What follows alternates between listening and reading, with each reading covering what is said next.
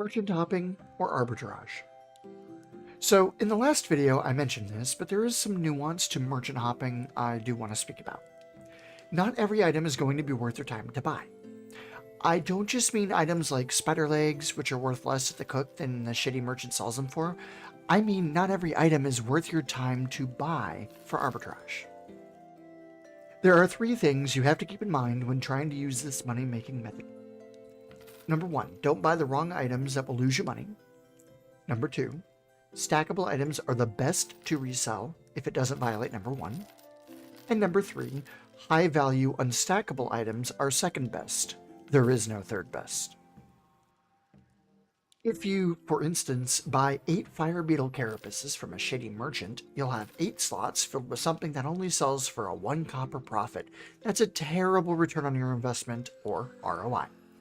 Especially those since you have to run all the way to the blacksmith vendor in the night market to sell them. However, Harvalen roots, if you find one on the shady merchant, may be unique, but sell for over 2 silver with a solid ROI, so are absolutely worth your time. In general, there's a lot of trial and error when it comes to this method. There is risk involved. Therefore, it may not be the right method for you. However, if you decide to forge ahead, I'll give you a few tips. There are several of these shady merchants around Night Harbor, as well as other places. The Shifty Gnome in the Westgate Noob Yard is the most well-known one since he gives you the bag. There's also a greedy halfling in the Sojourner's Quarter, just inside the crumbled wall segment, to the right immediately inside the entrance of the area. There's also one in the night market near the blacksmith that only comes out at night. There's Clint the Innocent, who has a cart outside the wall of Northgate, and even one just inside the Northgate as well. There's also some in other zones, such as in Fallen Pass. That's a long walk though, so not worth doing unless you're in the area anyway for some reason or other. Location is important, so keep that in mind.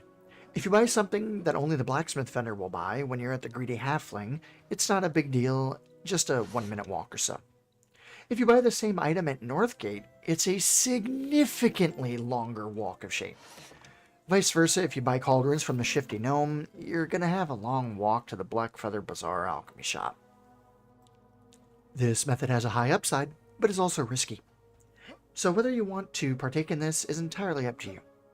I've made a few mistakes myself that cost me multiple silver, and they absolutely sting when you make them. If this sounds unpleasant, then try one of the other options coming up in further sections.